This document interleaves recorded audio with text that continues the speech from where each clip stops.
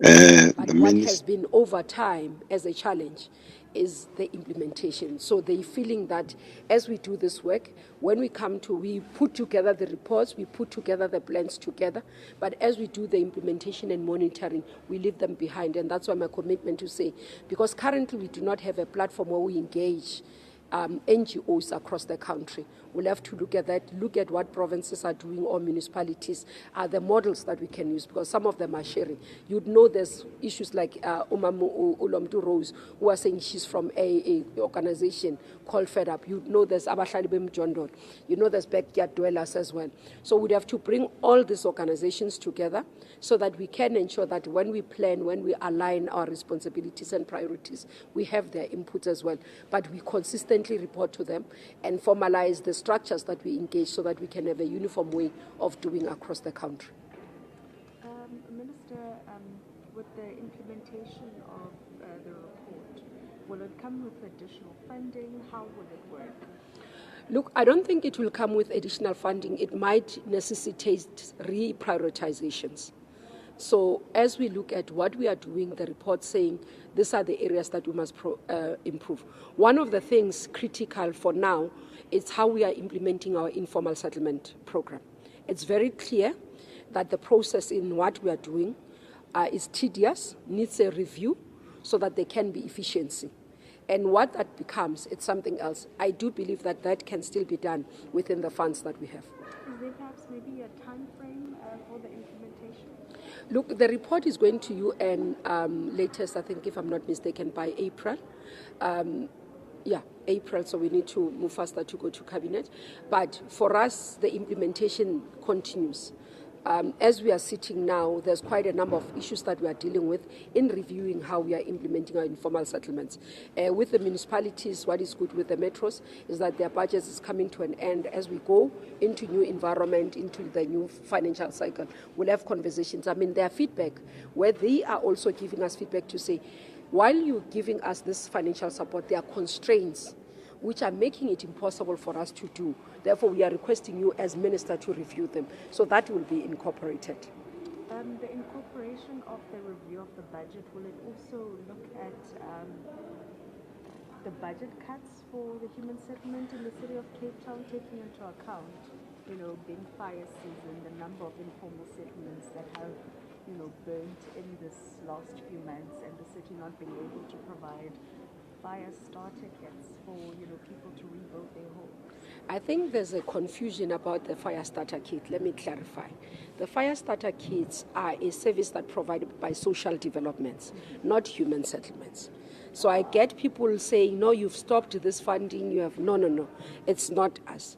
What we have is an emergency grant. We've had a discussion with both the MMC who's here, MMC Boy, and also we are looking at what we can do with the team so that we respond as human settlements. As you look at it, when I did the media briefing on Friday, I responded to say we are seeing more and more disasters. So you'd find in Cape Town it's fires. You'd find in KZN it's more storms, in Eastern Cape it's more storms. So we find the mechanism to be dynamic and agile to respond to that, because when a fire happens tonight, somebody's on the streets. What do we do as human settlements with a constrained fiscal environment that is there? So there isn't a cut in budgets. The budgets are already done because Minister of Finance have already presented budget. So right now we are actually as a portfolio looking at how do we utilize these budgets that we have been allocated. And the next review of budget will be in October when Minister tables an adjustment. So what we do from our side is to say, with the budget that we have, are we able to bring partnerships? Are we able to reprioritize? What are the critical areas that we do? How to improve service delivery so that we are able to perform better? And that's what we focus on. Also, the talk about the upgrading of informal settlements, does this mean maybe in the future we are looking to make sure that informal settlements are habitual places of living and not maybe looking to eradicate them anymore? Look, we'll have to have proper conversation with people who are in informal settlements. There are those that we have to eradicate, where the people are sitting in difficult areas, where they are not sitting in better areas. The priority now is to say, can we move more into service stands? We get land, we put them properly, even if they have shacks, but it's within a stand that has water, electricity, and sanitation. In that way, we know that we have provided dignity while we are working towards providing houses over time. Because if we want to say everybody will get a house now, it's not going to happen because the budgets are not geared for that. So it's going to be yes. But what are the best way of ensuring that the dignity is preserved? You are able to provide basic services. It's those things. But what becomes a challenge, for example, in other areas you find that when you move into these informal settlements, you find, as you do assessment and data gathering, you find that somebody sitting in this informal settlement has a house somewhere. So was given a house in RDP in another province, has moved into the... So we need to review our policy to allow for movement of people. If you leave a province, sit over the house back to us so that when you move, let's say you are in Eastern Cape, you got an RDP house. When you move to Western Cape, you need to sit the house in Eastern Cape to us so that when you get to Western Cape, you are able to allocate. Currently, we are not able to because you have a house. You are deemed as having benefited. Whereas you might find that at Eastern Cape, you no longer need that one. So those are the conversations as well that I believe the NGOs will assist us with the communities to alert them. But others are just naughty, where you find somebody has a house, they sell it, and they go and start an informal settlement. But others are arguing that, Minister, you are saying a house in the hand of a South African is an economic tool. So because it's poverty, they sell it to make money. So those are the things that we'll have to have conversations with communities. How best do we believe in developing? Other areas, what we are doing, allowing them to have backyard rooms to a particular area so that they can generate income out of those. Those are some of the things that will converse and change in terms of policy as we go forward. Don't you have fears maybe the new urban agenda will aid the migration and the urbanization of people from rural areas to come more? Look, the fears are there in terms of human settlement is very complex. Human settlements, you can't solve it as minister alone. You can't solve it as government alone. You need everybody. So that's why engagements are important with various stakeholders. But secondly, human settlements to be the movement of people is because of economic activities. So the link with rural development and economic activities in rural areas is important as well. Because not everybody wants to come to cities. They are forced to come to cities because they are looking for jobs. They are looking for opportunities. Even if they are SMMEs, better opportunities will exist in urban areas compared to rural areas. Now the strategy around rural development becomes very important. How do we ignite economic activities, what we call LEDs, in municipalities, in local areas, such that you don't see these growing patterns of movement? And if you are to have these growing patterns of movement, how do you deal with it more responsively and make sure that people, for example, don't go and start shacks where they can actually end up in affordable rental space, which we provide as human settlements, and we want to accelerate that program so that more people can be able to say, I have a 600, while normally you would not be able to rent with 600 in a city of Cape Town. But with our affordable rental stock, you could be able to rent a bachelor room or rent a particular apartment, and you are living and you don't have to be in a shack. So that integrated response that we have will help us. We will be having more engagements in the coming few weeks about social housing and rental space so that we can make sure that the public have more information about that and how it assists us, especially in urban areas. Thanks so much. Thanks. And then thanks so much. Yeah, you can leave. I know you have a meeting. I know you have a meeting. I know you have a meeting. Don't worry. Don't worry. Obviously, we had engagements with the minister, especially relating to the problems that we have in the city.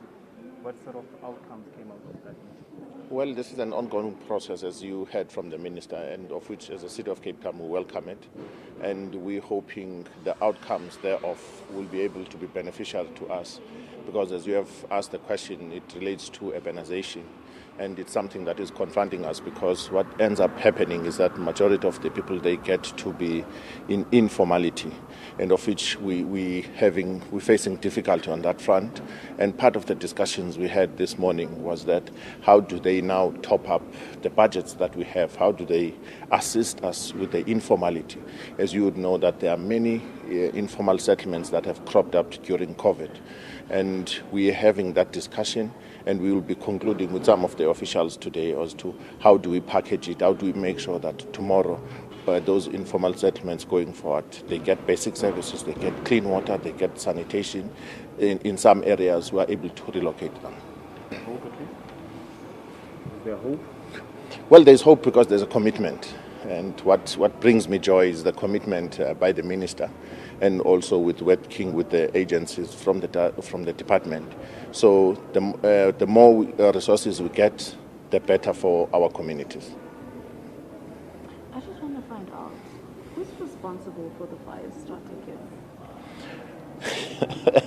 kits? The fire kits, what happened was that the city of Cape Town had utilized previously its HSDG funding to be able to purchase these fire kits.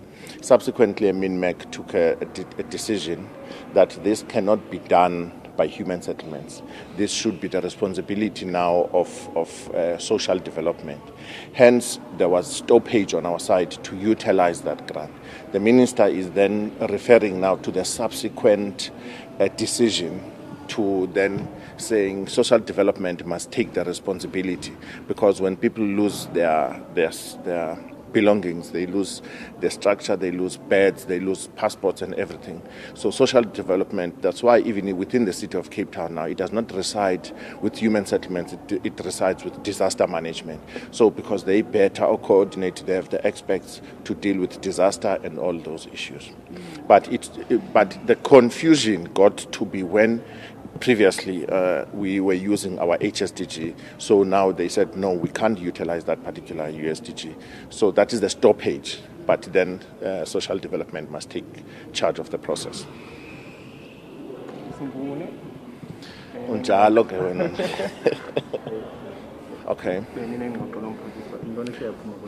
Besinengxoxo ezinhle kakhulu nomphathiswa ngalentseni nezithe zafikelela kumcimbi oba sifumane ukuncediswa nguRhulumente kazwelonke kwingxaki esijamelene nazo, ingxaki ezinjengombane, ezinjengamanzi, ezinjengelindle kwindawo zasematyotyombe.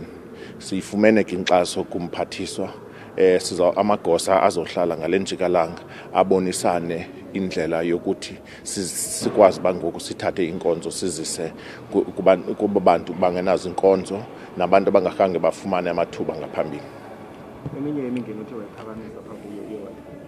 Eminye imicelimngeni esijamelene nayo kukuza kwabantu ngobuninzi babo kwisixeko saseKapa besiza bejonge lukhulu kwizinto zemisebenzi, kwizinto kumcimbi wezemfundo, kumcimbi wasibhedlela. Abantu bazama ke ufumana amathuba angcono. Ngoko ke isenzela ke ngoku umthamo ogqithileyo. Nangoko ingenzekeli thina kuphela sisixeko saseKapa inguzwelo, kodwa ke sithe sicela inkxaso nalo mkhombandlela baze nawo namhlanje uyabonisa kuba inkxaso siyayinida kakhulu, and ke ngoku yiyo lento siwuxhasayo lo mkhombandlela. Mhlawumbe new urban agenda ayizoniphathela ingxaki? Andiqondi bezasiphathela ingxaki ngoba enye yezinto ezibekiweyo apha kuyo kubekiwe uba indlela yosombulula ingxaki esijamelene nazo. Yiloo nto ke sisixeko sisithi sizayixhasa kangangoko, sibulela nakuzwelonke uba beze nayo kuthi, bathi nakubantu esisebenzisana nabo, i-NGOs esinazo ne-NPOs esinazo, sikwazi uba sisonke sincedisane sizame ulungisa indlela ebheka phambili. Also in English? Which one? This urbanization and this new urban agenda. Oh. Not aid urbanization and migration. Okay.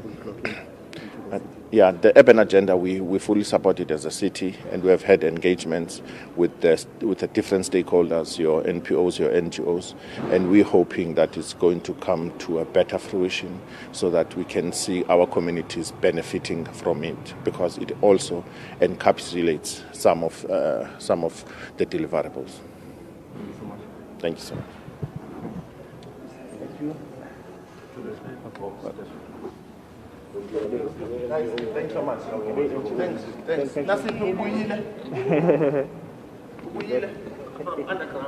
Yes.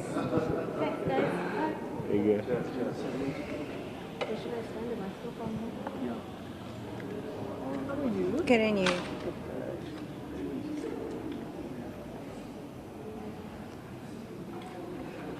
Just a turn to your left. Look at this handsome gentleman here. Look at him. She can see me. The mask is blocking. Can we get your name and surname and your designation for sound purposes, please? Thank you. It's Stephanie Chetty from the National Department of Cooperative Governance. I'm the Acting Chief Director, Urban Development Planning, responsible for the National Urban Policy, the Integrated Urban Development Framework for South Africa. Perfect. So if you could explain to us your presentation to perhaps maybe someone sitting in Khayelitsha who has a little bit of hope but not really grasping what it is that they could be benefiting. Absolutely. For a normal, everyday citizen in Khayelitsha, the new urban agenda brings about hope for integrating urban and rural areas. It brings about revelation in terms of apartheid spatial planning and how they can benefit from basic services and access to housing, infrastructure, grants, and putting them first as active citizens. So it also enables them a platform to understand that there are global policies, that they are bringing down to a local level, and they are including communities and youth, and particular women and people with disabilities, to get involved, to advocate, to mobilize, to be heard and seen within urban developments in South Africa. Also, how are you looking to make sure this comes to fruition, implementation? How are you looking to implement this integration and making sure it's practical? So within the Integrated Urban Development Framework, which is South Africa's national urban policy, we are looking to integrate it from your cities support program through your metropolitan cities, your intermediate cities, which is your secondary cities, and then your small towns. So we're looking at bringing it in from those three spheres, but also including an all-of-society approach. And what does that mean? Bringing in your NGOs, your civil society, your academia, business, and private sector. What are you looking to build and where and who will occupy those spaces? In time frames. Okay, so the new urban agenda now, the report basically speaks of an overall holistic frame around policy implementation and development. And we're looking at then integrating that within the district development model. The district development model is at a local level. It's within the 44 districts and the 8 metropolitan spaces, bringing it down to a level of a municipality where it can get implemented and integrated within the one plan of that municipality. The beneficiaries for those would be your local communities, bringing about establishing what are the needs in the society, be it infrastructure, be it housing, be it more job creation, economic provisions, and that is the main objective. But in order to drive this initiative, one has to work with communities, with all of government to address the issues on the ground. How is it different to what government has been doing? As you said, the district plan and also have been there before, and also the infrastructure development have been there. With this one, as also we understand it does not have a separate budget. How is it different? And Absolutely. So the difference between this normal framework versus any other is that the new urban agenda is a global framework. So it gives it the global importance and relevance that it brings about also donor forum and donor international partners to invest in South Africa. And it's not just because it's global, it's also linked to the SDGs and achieving the SDG objectives by 2030. It also has good standing support by other member states of South Africa and international parties. So it includes then the support of the UN Habitat as well as all of government states from the government side and the government departments. Also through your consultations, did people raise any concerns about the influx of people to bigger cities? We know that is a problem. I understand this is a global agenda, but on the South African context and also looking at the dynamics, wasn't that raised as a concern, and also how are you looking to avert?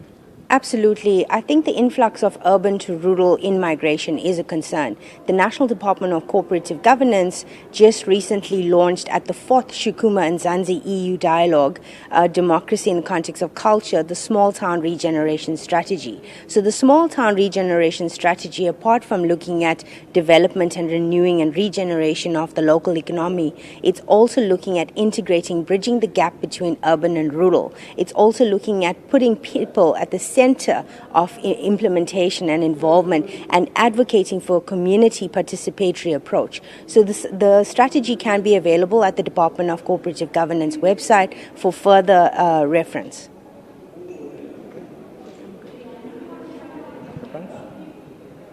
Are you going to be able to give it to us in Afrikaans? Can I give you a closer? Nia. Can you pray? No, I need to. My daughter's actually learning Zulu, and she's only 9, and she's really, really so good.